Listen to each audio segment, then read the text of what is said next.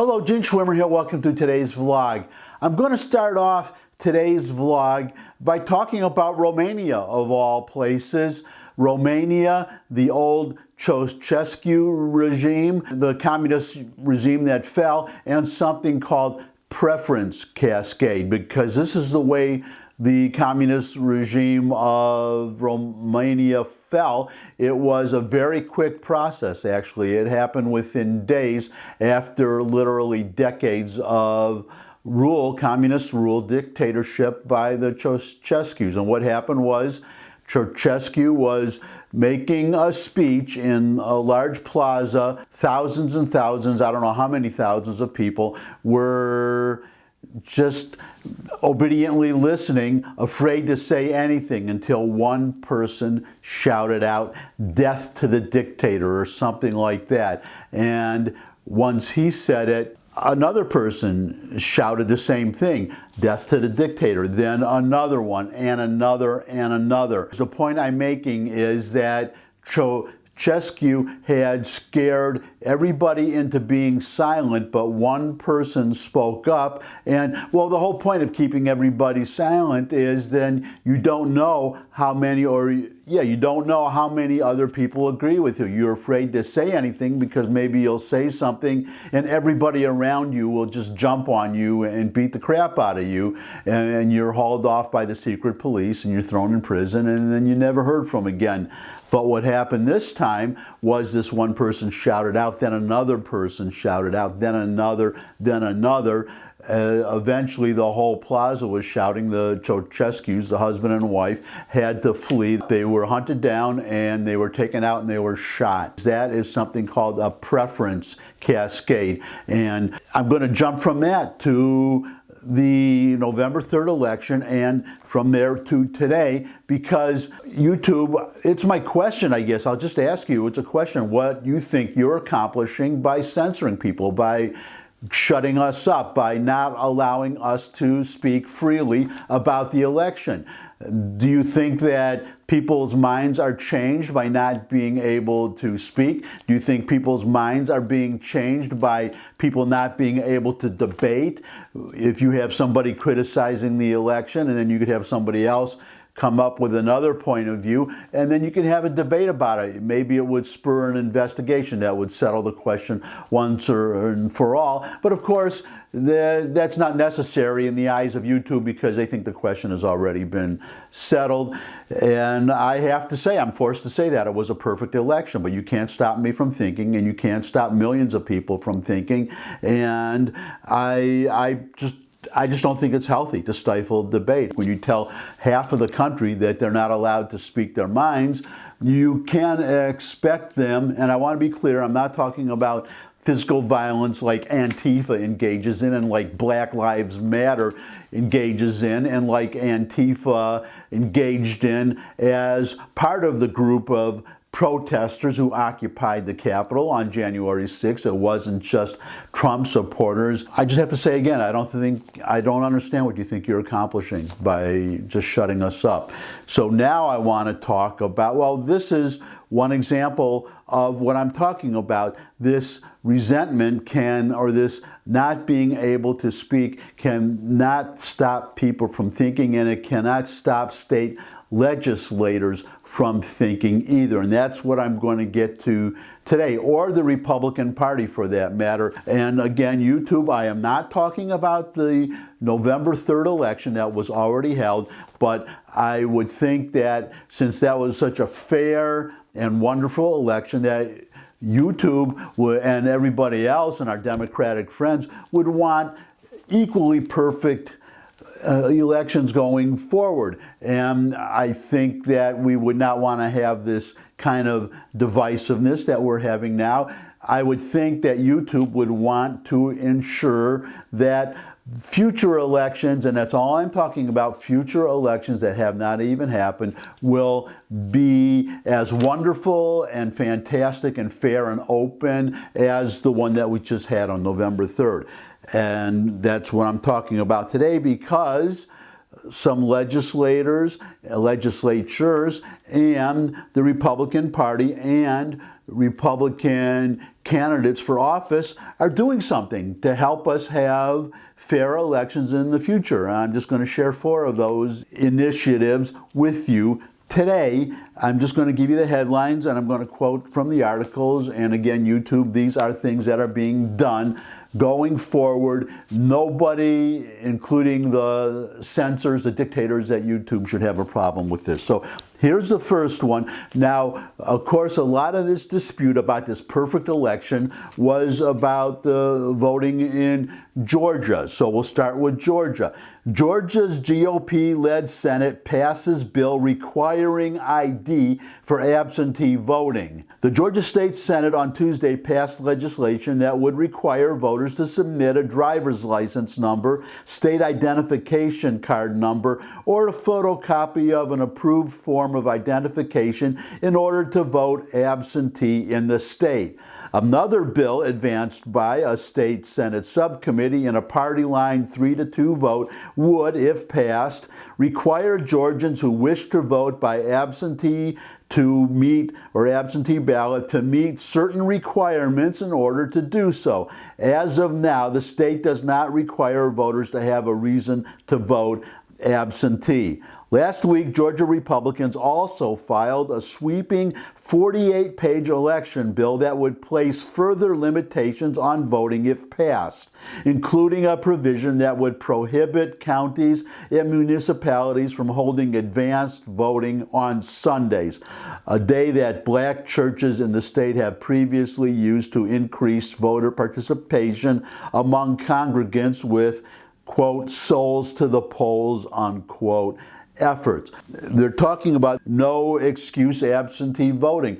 Absentee voting is supposed to be for invalids or people who are out of state in another country or just too far away to physically vote. If you are physically able to get to a polling place to vote, you should vote. And that is the solution. Any Democrats, anybody who has a problem with these absentee voting regulations, just show up in person.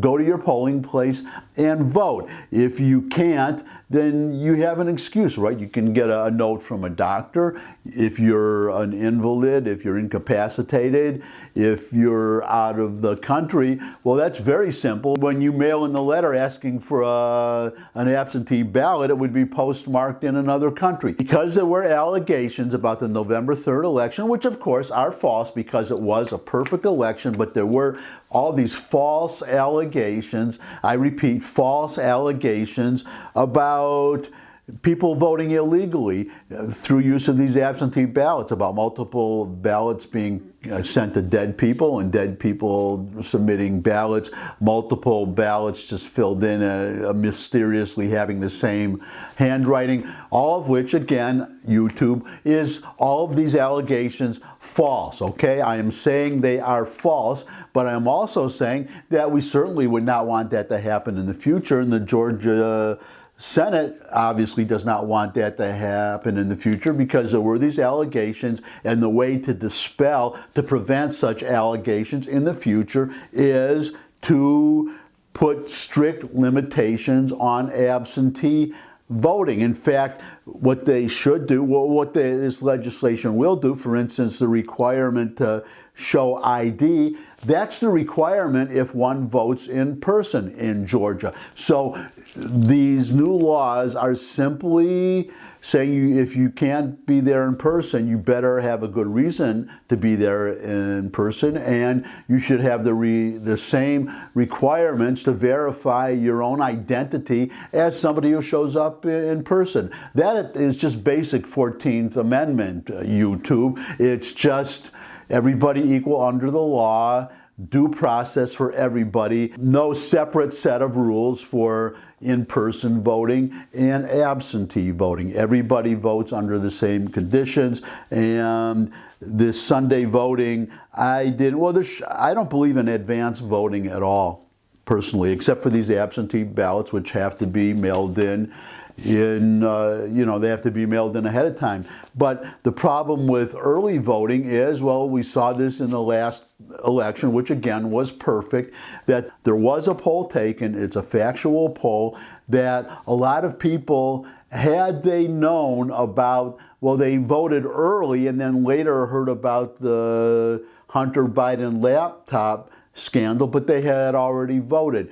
That's why I oppose early voting, and it could work either way. There could be an example would be George W. Bush, his DUI violation conviction when he was young. That came out the weekend before the election, the so-called October surprise. So if there's an October surprise, regardless of which party's candidate we're talking about, if you've already voted, then in early voting, then there's nothing you can do about this new information. And that's why I believe it's the same thing as insider, the same concept as insider trading, which is illegal. Somebody voting or in insider trading, buying stock or selling stock based on information that other people don't have. And that's the same thing with voting. I believe that everybody should vote at the same time with access to the same information. If you don't bother to inform yourself, that's your own problem.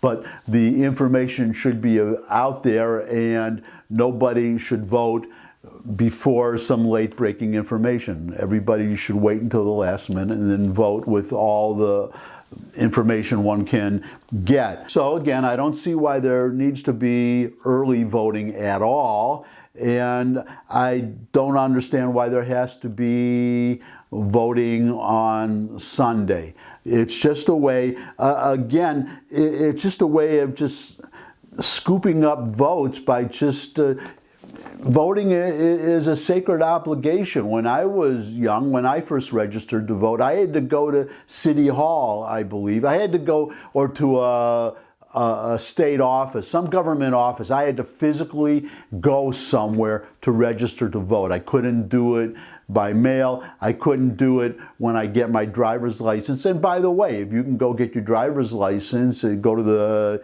DMV, then you can go register to vote. So I have no sympathy for people who have a problem with this law.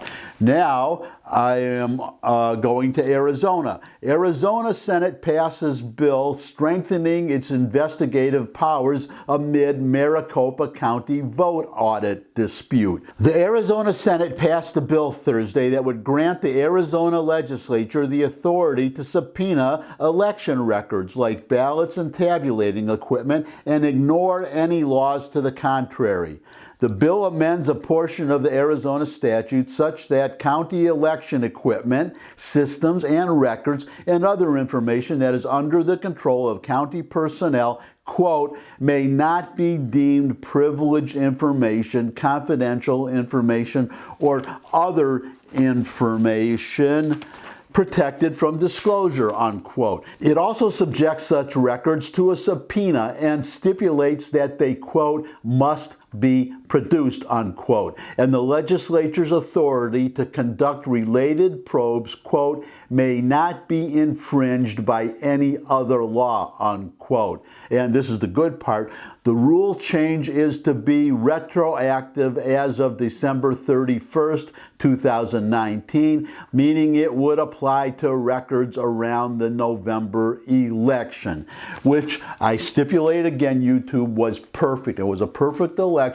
The Arizona state legislature, they merely wanted to verify the perfection of this perfect election. They asked the Maricopa County election officials to turn over the ballots so that the Georgia legislature could have them forensically examine. The Maricopa County election officials, they at first refused to do it, then they said they would do it, then they refused again to do it. This simply allows the legislature to look at the ballots, which were paid for, by the way, by the Arizona's voters, the citizens of Arizona. They paid for the ballots. They have the right to know what those ballots show, whether those ballots are valid or not, whether they are counterfeit, whether they are genuine ballots, which of course, again, YouTube, we know they were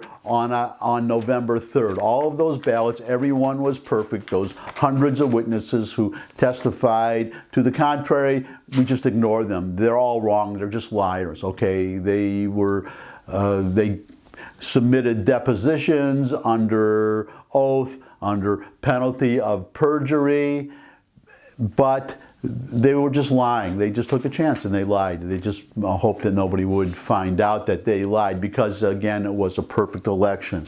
So from there, we go to the Republican National Committee. And by the way, what I'm getting at here with all of these, with these four headlines I'm sharing with you, it's simply that we conservatives, and this is probably a good spot for me to insert my disclaimer that I often state in other vlogs, that I'm a conservative, so just keep that in mind when you evaluate whatever I say. Getting back to what I was saying, we conservatives are just wondering whether these state legislatures, especially in the swing states, but state legislatures and the Republican Party, were going to do anything to ensure that future elections would be as fair and open and just downright perfect as the November 3rd election was. That fairly and openly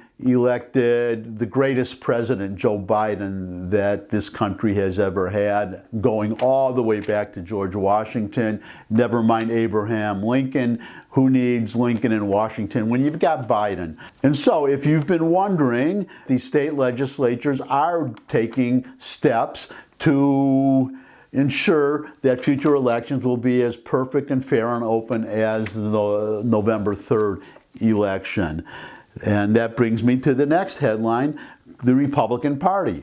RNC, Republican National Committee Chair McDaniel, announces group's new election integrity committee.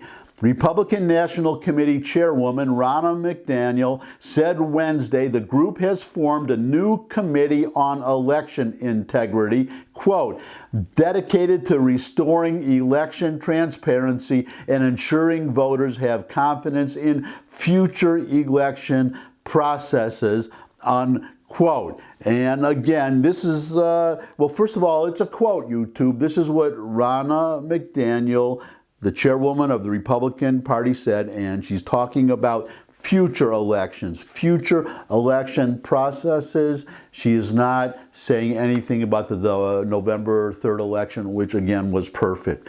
The announcement follows the 2020 election cycle, the results of which remain under a cloud of voter fraud allegations and concerns about the actions of state election officials and leaders.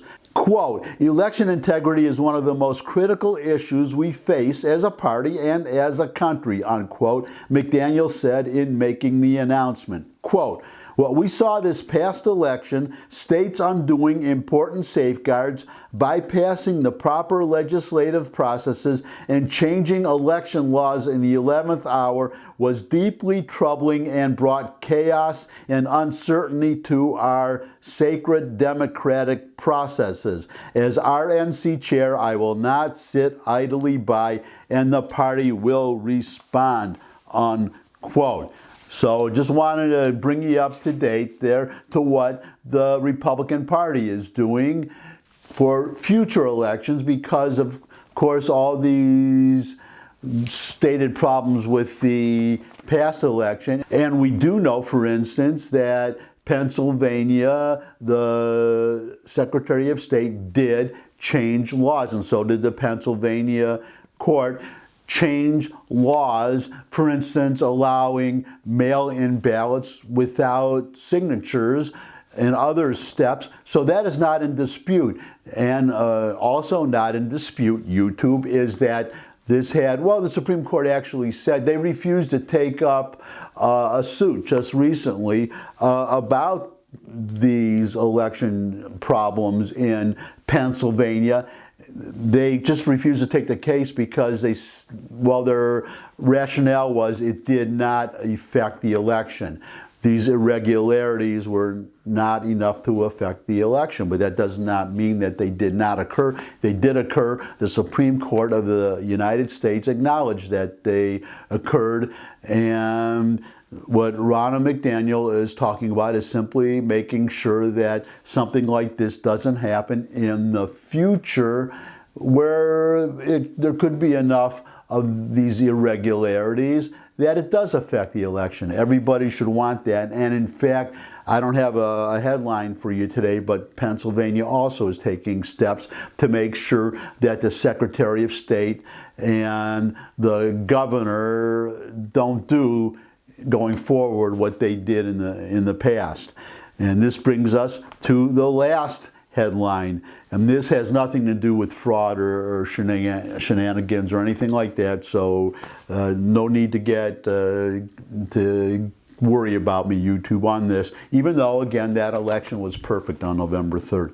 Everybody knows that. We all know that, okay? We just won't admit it. There's 74 million of us. We know it was a perfect election. We just won't admit it. We're in denial. Here's the headline. Kelly Leffler reportedly starts Georgia voter group to rival Stacey Abrams. Former Senator Kelly Leffler, who lost a runoff re-election bid in January, is launching a voter registration group called, quote, Greater Georgia, unquote, that will rival an outreach program started by Stacey Abrams that has been credited with helping elect Democratic candidates. Leffler, who lost to Senator Raphael Warnock in the January 5th election, will focus on registering, quote, conservative-leaning, unquote, voters, enhancing election security, and turning out voters at the polls, Fox News reported on Monday. And nobody, including our Democratic friends and the censors at YouTube, should have any problem with this next quote. Quote, our state and our democracy is stronger when everyone's voice is heard. And that's exactly what Greater Georgia's work is about. For too many in our state, the importance and even the sanctity of their vote is in question.